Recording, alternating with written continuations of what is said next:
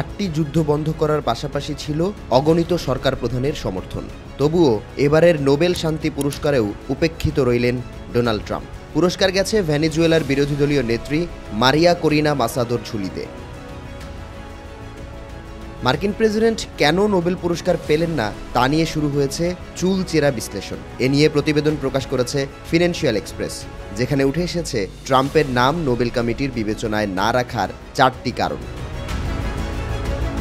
চলতি বছর নোবেলের জন্য মনোনয়ন সুপারিশের শেষ দিন ছিল 31 জানুয়ারি। 338 ব্যক্তি ও সংস্থা এই তালিকায় ছিলেন। Pakistan, Israel, Azerbaijan, Armenia, Rwanda ও কম্বোডিয়া সরকার ডোনাল্ড ট্রাম্পের জন্য আনুষ্ঠানিকভাবে সুপারিশের তথ্য গণমাধ্যমকে নিশ্চিত করেছিল। তবে প্রতিটি সুপারিশই ছিল 31 জানুয়ারির পর।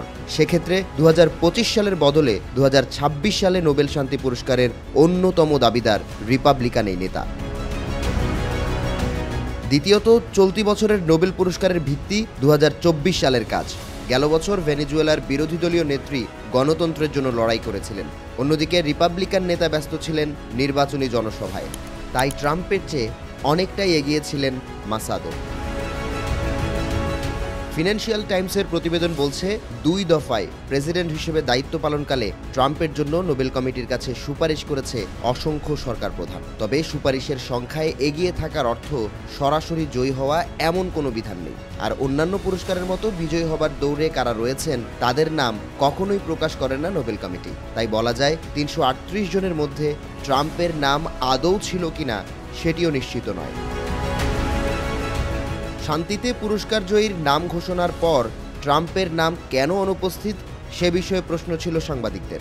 জবাবে নোবেল কমিটির চেয়ারম্যান জোর্গেন ওয়াটনে জানান, কমিটি তাদের দীর্ঘ ইতিহাসে এ ধরনের প্রচারণা ও মিডিয়ার উত্তেজনা দেখেছে। প্রতি বছর তাদের কাছে হাজার হাজার চিঠি আসে, কিন্তু নোবেল পুরস্কার শুধুমাত্র মনোনীত ব্যক্তি কাজের উপর ভিত্তি করে ও আলফ্রেড নোবেলের করা উইল অনুযায়ী দেওয়া হয়।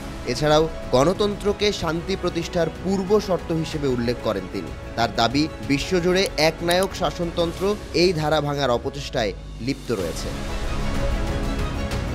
এদিকে পুরস্কারের বিজয়ীর তালিকায় ট্রাম্পের নাম না থাকায় ক্ষুব্ধ প্রতিক্রিয়া জানিয়েছে হোয়াইট হাউস।